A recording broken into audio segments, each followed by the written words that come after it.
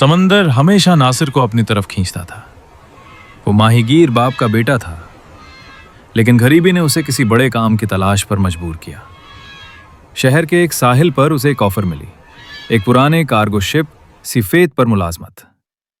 ये जहाज बरसों से बंदरगाह पर खड़ा था। सब लोग कहते थे कि ये मनहूस है, कोई मजदूर इस पर काम करने को तैयार ना होता।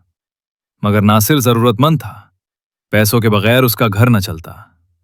उसने सोचे बगैर हां कर दी। उसने 5 आदमियों की एक टीम भी साथ ली ताकि जहाज की सफाई और सामान की देखरेख का काम करे। जब वो जहाज पर चढ़े, सबके कदम भारी हो गए। जहाज के लोहे जंगालूद थे और डेक पर पानी की बूंदें ऐसे गिरती थीं जैसे अंदर से समंदर रस रहा हो। पहली रात नासिर ने कमरा तलाश किया। अंदर गुप्त अंधेरा था और अजीब सी सीलन की बू आ रही थी। सामान रखते ही एक मजदूर ने कांपती आवाज में कहा, "ये जहाज खाली नहीं है।" नासिर ने हंसकर टाल दिया। डरपोक बातें छोड़ो, ये सिर्फ जंग और खामोशी है। मगर रात को जब सब सोए, जहाज के हल से धीमी धीमी धड़कने जैसी आवाज आने लगी, जैसे लोहे का दिल धड़क रहा हो। एक मजदूर ने जाग कर सुना, फिर बाकी सबको जगा दिया। आवाज रुक गई, राज खुलने लगे।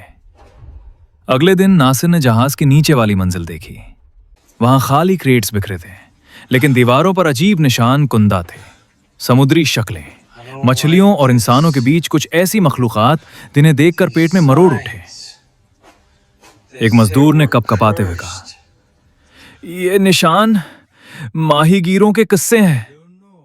वो कहते हैं समंदर में इंसानी शक्ल वाले साए रहते हैं जो जहाजों को अपना घर बना लेते हैं।" नासिर ने उसे डांटा, "हमें बस काम करना है, कहानियां नहीं सुननी।"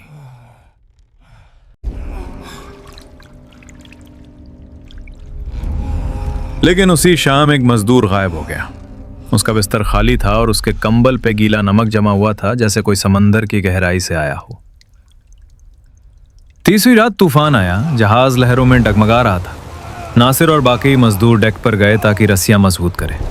अचानक एक मजदूर ने चीख मारकर इशारा किया। समंदर की लहरों में जहाज के बिल्कुल साथ इंसानी शक्ल के साए तैर रहे थे। उनके जिस्म लंबे, बाजू मछली के पंख जैसे और आंखें चमकदार थीं। वो जहाज के साथ साथ ऐसे चल रहे थे जैसे अपने शिकार का इंतजार कर रहे हैं। एक साया डेक के करीब चढ़ाया। सब भागे, मगर नासिर ने करीब से देखा। उसका चेहरा आधा इंसान और आधा मछली था, मगर आंखें ऐसी थीं जैसे वो सदियों से भूखा हो। नासिर ने जहाज के रिकॉर्ड रूम में तलाश शुरू की। पुराने कागजात मिले। उसमें लिखा था कि सिफेत असल में एक तहकीकाती जहाज था जो समंदर की गहराइयों में नई मखलूकात तलाश करता था। कई साल पहले यह जहाज एक मुहिम से लौटा था, मगर सिर्फ जहाज वापस आया, अमला गायब था। तब से जो भी इस जहाज पर काम करता आहिस्ता आहिस्ता गायब होने लगता। गांव वालों ने कहा कि जहाज अब उन समुद्री सायों का घर है। नासिर ने यह सब पढ़ा और समझ गया कि उसने अपनी टीम को मौत के दहाने पर ला खड़ा किया है। आखिरी रात तूफान थमा नहीं था। एक एक करके मजदूर समंदर में खींचे जाने लगे। चीखों के साथ वो अंधेरी लहरों में गायब हो गए। सिर्फ नासिर और एक मजदूर बचा। उसने अपने साथी से कहा, "हमें अभी इस जहाज को छोड़ना होगा।" वो दोनों लाइफ बोट की तरफ दौड़े, मगर जैसे ही उन्होंने रस्सी खोली, पानी के अंदर से दर्जनों हाथ निकले, साए के हाथ। उन्होंने मजदूर को पकड़ा और अंधेरों में घसीट लिया। उसकी चीखें समंदर में गुम हो गई। नासिर अकेला रह गया। सुबह साहिल पर कुछ माहीगीरों ने जहाज को देखा। तूफान खत्म हो चुका था। सिफेत खामोश खड़ा था जैसे कभी कुछ हुआ ही ना हो। लेकिन जहाज के डेक पर सिर्फ एक चीज मिली, नासिर का जूता, नमक और समुद्री घास में लिपटा हुआ। माहीगीरों ने एक दूसरे की तरफ देखा और सर झुका लिया। सब जानते थे कि सिफेत अब भी जिंदा है, और जो भी इस पर काम करने आएगा वो समंदर के साए का हिस्सा बन जाएगा।